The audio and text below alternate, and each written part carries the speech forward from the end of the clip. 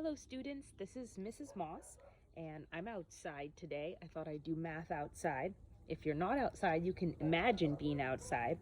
And today we're going to do a review of all the types of fractions we've learned so far in the past couple of weeks.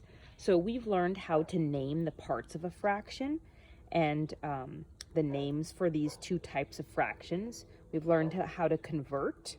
We've learned how to find equivalent fractions. We've learned how to add fractions with common denominators, and we've learned how to find a common denominator and add fractions. And finally, we've learned how to convert decimals to fractions. So you're definitely going to need your spiral for this activity, or a piece of paper and a pencil. So pause the video, go get it if you don't yet have that. And if you're ready to go, I'd like you to go ahead and pause this, and you're going to copy down all of the problems, but you do not need to copy down the instructions. I will do it with you. So you're going to pause the video and you'll copy down this, and the bottom two. Okay, make sure that you can see it. All right, go ahead and pause the video, unpause when you're ready to do the problems with me. Okay, you should have the problems written down. Don't worry about the words. And let's begin. So we're going to do number 1 right now. So I would like you to write in what is the word for the top of the fraction. Let me zoom in. There you go. Write in the word for the top. What does this line mean? And the word for the bottom. When you're done with that, I want you to name what is this type of fraction called, and what is this type of fraction called. You can just write it right next to it or underneath it. When you're done with those 3, unpause, and you're going to pause and then unpause, and I will go over the answers with you. Okay, here are the answers to number 1. Make sure you've tried it by yourself first. The top of a fraction is called a numerator.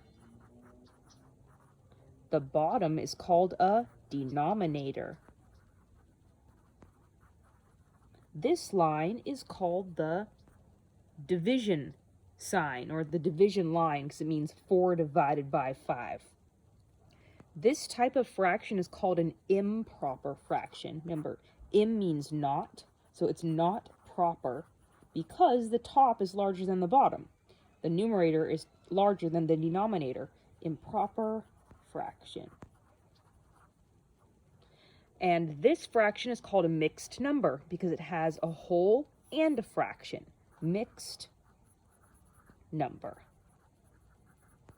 If you got all 3 of those right, give yourself a star. And if you didn't, go ahead, pause this video and fix the spelling or the word names for these types of fractions. Okay, let's go on to number 2. So number 2 is asking you to convert. Remember, this basically means 38 divided by 3. It's an improper fraction, so we can flip it like a division problem. And then this one over here is already a mixed number. Remember how to find the improper fraction? We're going to multiply and then add. So go ahead and pause the video until you're done with both of these, and then we'll check them. Okay, let's check them. So 3 goes into 3 one time, multiply. 0, bring down the 8. 3 goes into 8 2 times, that's a 6, with a remainder of 2. So my answer is a whole number 12.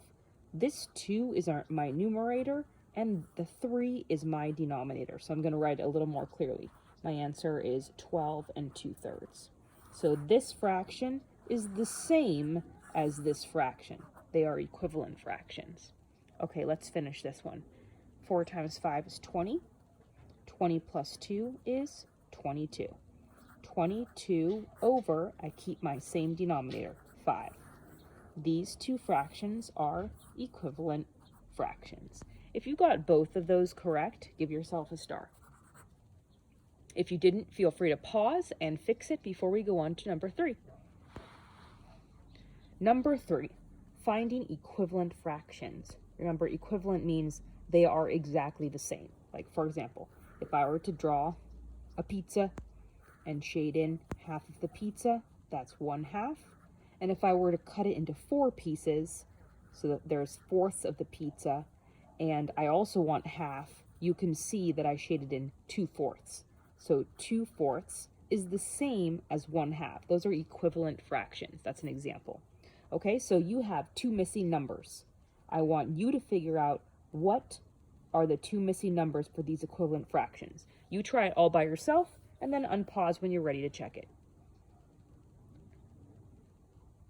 Okay, let's check it. So whatever number is already filled in, so the denominator is already filled in, that's what I'm going to use to determine the pattern. So I ask myself, 3 times what equals 9? And the answer is 3. Whatever I do to the bottom times 3, I must do to the top, the numerator, times 3. So I do 2 times 3, and that equals 6. So I know that this missing number is a 6. That means that 6/9 and 2/3 are equivalent fractions. Let's do the second one. Okay, oops, sorry about that. So I can see the numerators are filled in. So that's what I'll use to determine the pattern. So I ask myself, 10 times what equals 40? The answer is 4. So if I multiply by 4 on the top, I need to multiply by 4 on the bottom. 20 times 4 is 80. So my missing number right here is 80. 40/80ths is the same as 10/20ths. These are equivalent fractions. If you got both of those correct, give yourself a star. Okay, for number 4, we're adding fractions with a common denominator. And then if you get an answer where both numbers are even, or you can reduce it, I want you to reduce it by dividing to get the smallest possible fraction. Okay, go ahead. Pause this and you try it first. Okay, let's do it together.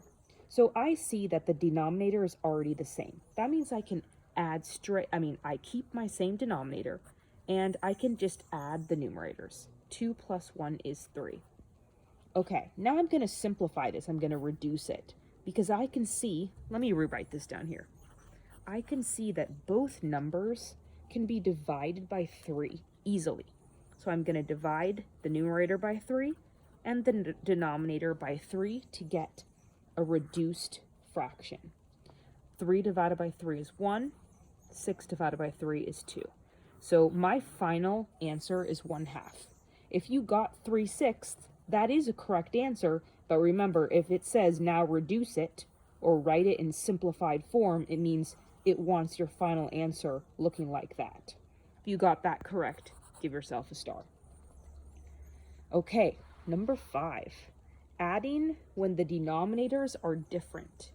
Do you remember what to do? You have to find a new common denominator. So I'm going to rewrite this problem. Remember, if they're both different, one strategy you can use is multiplying both of them to get your new denominator. Go ahead and pause this video and figure it out by yourself first. Okay, let's check it. So 3 times 4 is 12. I'm going to use 12 as my new common denominator. 3 times 4 is 12. So I'm going to put a tiny times 4 down here. Whatever I do to the denominator, I must do to the numerator. 2 times 4 is 8. So 8 is going to be my new denominator over here. Now I do my other fraction. 4 times 3 equals 12. So whatever I do to my denominator, I must do to my numerator. 1 times 3 is 3. So 3 is my new numerator over here. Now, since the denominators are the same, I can just add. The denominator will stay the same, and I add 8 plus 3, which is 11. This cannot be reduced because 11 is a prime number. Nothing is divisible into 11, so I'm done. If you got 11/12, give yourself a star. Okay, final review problem. Converting decimals to fractions and vice versa. So go ahead and pause the video, and I want you to convert 7/10 2 and 1400ths, and 3 and 2 100ths. Pause. Okay, let's check it. So to write this number as a fraction, it would be 7 over 10, 7/10. This big 2 would be a whole number 2, and the fraction would be 14 over 100. And finally, this 3 would be on the left of the decimal. It's like 3 whole dollars, and 2 100ths. So I need the 2 to be in the hundredth spot, so it'd be 2 100ths.